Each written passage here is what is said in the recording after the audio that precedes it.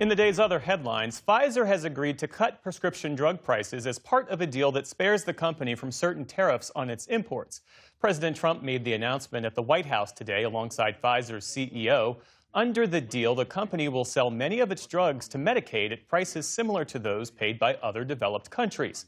Pfizer says specific terms of the deal remain confidential. It was not immediately clear how the policy would truly lower the prices Americans pay for drugs, which often depend on insurance coverage. The president also unveiled a new direct-to-consumer website dubbed Trump RX. Officials say it will launch early next year.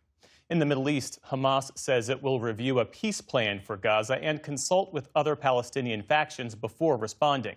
The 20-point plan put forward by President Trump calls for the group to disarm in exchange for humanitarian aid and the reconstruction of Gaza, among other terms. Speaking to reporters, President Trump today said Hamas has 3 to 4 days to respond, adding that if they don't comply, in his words, it's going to be a very sad end. Meantime, in Gaza, local hospitals say Israeli strikes killed at least 31 people today. Residents say they are wary of the proposed peace plan. We as citizens are concerned. The plan, as it appears, serves the enemy's interests more than it serves the people's interests. We call on everyone to work out this plan, what remains of the people, what remains of the land, and what remains of the homes. Mr. Trump's plan also calls for the return of the remaining hostages and the creation of an international board of peace to help run Gaza after the war. The territory would remain surrounded by Israeli troops, and Hamas would have no part in its administration. Back in this country, a second detainee has died following last week's shooting at an immigration facility in Dallas.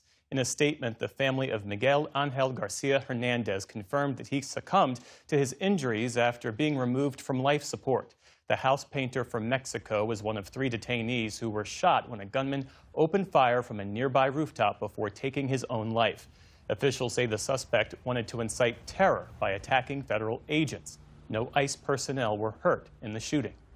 In Florida, officials are setting aside a prime piece of Miami real estate as a potential site for Donald Trump's presidential library. The nearly 3-acre plot sits next to the historic Freedom Tower and has been appraised at more than $66 million, though some estimates put the value much higher. There's been no official confirmation that the library will be built there, but President Trump's son, Eric, who's a trustee of Trump's Presidential Library Foundation, celebrated today's unanimous vote on social media, saying that it will be the greatest presidential library ever built. On Wall Street today, stocks ended higher as investors shook off concerns about the looming government shutdown. The Dow Jones Industrial Average added around 80 points. The Nasdaq rose nearly 70 points on the day. The S&P 500 also posted modest gains. And journalist and socialite Lally Weymouth has died. She was the daughter of the late Washington Post publisher Katharine Graham. Instead of taking a leadership role at the paper herself, she built a reporting career, interviewing world leaders for the likes of Newsweek, the Los Angeles Times, and the Post. Weymouth's daughter said she died from pancreatic cancer at her home in Manhattan. Lally Weymouth was 82 years old. And one of the last surviving combat pilots of the Tuskegee Airmen has died. Lieutenant Colonel George Hardy began aviation training in 1944 when he was just 19 years old. He'd never even driven a car, but he flew more than 20 missions in World War II and served in the Korean and Vietnam Wars. The Tuskegee Airmen were the nation's first black military pilots. In a Facebook post, the organization said, quote, "His legacy is one of courage, resilience, tremendous skill, and dogged perseverance against racism, prejudice, and other evils." George Hardy was 100 years old.